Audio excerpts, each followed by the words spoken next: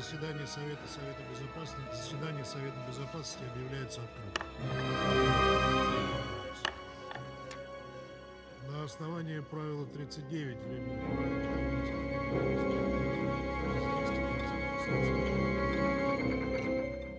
Prancis dan Spanyol pada Kamis 30 Oktober 2025 kembali menyerukan pembatasan penggunaan hak veto di Dewan Keamanan Perserikatan Bangsa-Bangsa atau PBB.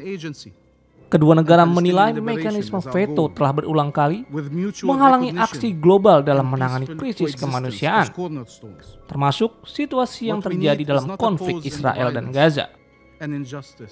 Menteri Luar Negeri Prancis Jean-Noël Barrot menyatakan bahwa Dewan Keamanan perlu direformasi agar mencerminkan realitas geopolitik saat ini dan mengembalikan legitimasi atas keputusan-keputusannya. Ia menambahkan bahwa Prancis telah bekerja sama dengan Meksiko selama bertahun-tahun. Kerjasama kedua negara guna mendorong inisiatif yang membatasi hak veto dalam kasus-kasus kekejaman. Sebuah proposal yang kini didukung lebih dari 20 negara. Barrot menegaskan bahwa Dewan Keamanan harus memikul tanggung jawab moral dan politik guna menegakkan hukum internasional, dan reformasi diperlukan agar keputusan yang diblokir oleh veto tidak menghambat perlindungan hak asasi manusia. Menteri Luar Negeri Spanyol José Manuel Álvarez menyatakan dukungan penuh terhadap posisi Prancis.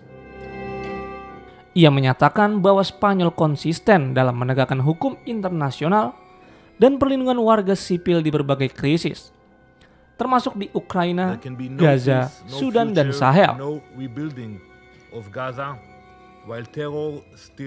Álvarez juga menekankan pentingnya badan PBB, UNRWA bagi 6 juta warga Palestina, dan menegaskan bahwa bantuan kemanusiaan harus dapat mencapai jalur Gaza tanpa hambatan. Ia menambahkan bahwa pihak yang menyerang pekerja bantuan kemanusiaan harus dimintai pertanggungjawaban, serta juga menekankan bahwa putusan Mahkamah Internasional atau ICJ mengikat semua pihak, termasuk Israel yang tidak boleh menggunakan hak veto. Sementara itu, Miliana Spoljaric-Egger, Presiden Komite Internasional Palang Merah atau ICRC, memperingatkan bahwa operasi kemanusiaan di Gaza tetap sangat kompleks, sensitif, dan berbahaya. Ia menekankan pentingnya mempertahankan gencatan senjata karena jutaan nyawa berada dalam risiko yang besar. Dan jika permusuhan berlanjut, rakyat Gaza tidak akan memiliki ketahanan lagi. Presiden ICRC itu juga menyoroti bahwa pengabaian hukum internasional di Gaza dan Sudan memberi sinyal kepada kelompok bersenjata dan aktor non-negara bahwa segala sesuatunya diizinkan, sementara kekuatan mereka diperkuat oleh teknologi baru. Перемирие и прекращение огня в Газе – это важный и долгожданный, но все-таки только самый первый этап на пути к долгосрочному урегулированию Палестино-израильского конфликта.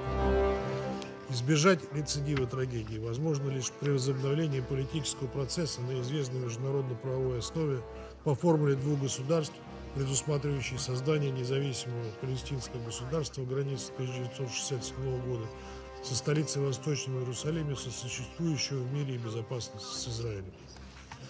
Эта задача, неоднократно подтвержденная международным сообществом, не должна оставаться в тени миротворческих усилий